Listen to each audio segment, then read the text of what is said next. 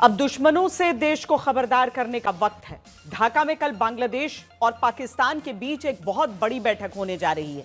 जिस वक्त पश्चिम बंगाल में हिंसा से तनाव है बांग्लादेश पर, वहां माहौल खराब करने के लिए उंगलियां उठ रही हैं, तब ढाका में पाकिस्तान के लिए रेड कारपेट बिछाया जा रहा है। ढाका और इस्लामाबाद के रूप में भारत के खिलाफ एक खतरनाक नेक्सस बन गया है, जिससे खबरदार रहना जरूरी है, क्योंकि शहबाज यूनुस के इरादे खतरनाक हैं। आपको बता दें कि अगस्त 2024 शेख हसीना का तख्ता पलट हुआ। इसके तुरंत बाद पिछले नवंबर में पाकिस्तानी मालवाहक जहाज चटगांव पहुंच गया। इसके लगभग महीने भर बाद गोला बारूद का पाकिस्तान को ऑर्डर बांग्लादेश ने दिया। इस साल जनवरी में भारत के चिकन स्नैक के करीब पाकिस्तानी सैन्य अफसरों ने दौरा किया। इसी महीने आईएसआई चीफ 54 साल बाद ढाका पहुंचे। फरवरी महीने में 1971 के बाद दोनों देशों में सीधा व्यापार शुरू हुआ। मार्च में चिकन स्नैक के करीब चीन को एयरफील्ड बनाने का प्रस्ताव देकर मोहम्मद यूनुस ने भारत को चौंका दिया, जहां पाकिस्तानी सेना के पायलटों ने बांग्लादेशी सेना के पायलट्स को ट्रेनिंग देनी भी शुरू कर दी है। तो भारत की पूर्वी सीमा पर खतरा बढ़ रहा है। जबकि शेख हसीना रही, उन्होंने बांग्लादेश में पाकिस्तान की एक न चलने दी। शेख हसीना ने कट्टरपंथी संगठनों पर नकेल कसी और पाकिस्तानी खुफिया एजेंसी आईएसआई का बोरिया बिस्तर बांध दिया।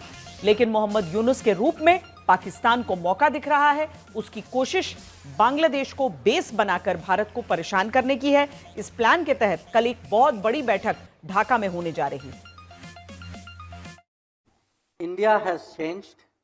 I wish I could say Pakistan has changed.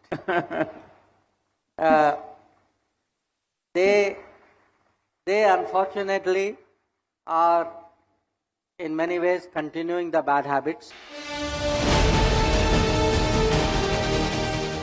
Pakistan को लेकर विदेश मंत्री की ये बात 100% सच है, क्योंकि कश्मीर में मात खाने के बाद पाकिस्तान ने भारत को परेशान करने के लिए बांग्लादेश को चुना है, जहां मोहम्मद यूनुस उसके मोहरे की तरह काम कर रहे हैं। मोहम्मद यूनुस किस कदर पाकिस्तान और चीन के हाथों में खेल रहे हैं, बांग्लादेश की अंतरिम सरकार के मुखिया के इरादे भारत को लेकर कितने खतरनाक हैं, इसका खुलासा चीन की उनकी यात्रा में हो गया। यूनुस की नजर पूर्वोत्तर के 7 भारतीय राज्यों पर है। उन्होंने इसे पूरी तरह से लैंडलॉक यानी जमीन से घिरा क्षेत्र बताया और इस आधार पर बांग्लादेश को इस क्षेत्र के लिए हिंद महासागर का एकमात्र संरक्षक घोषित कर दिया।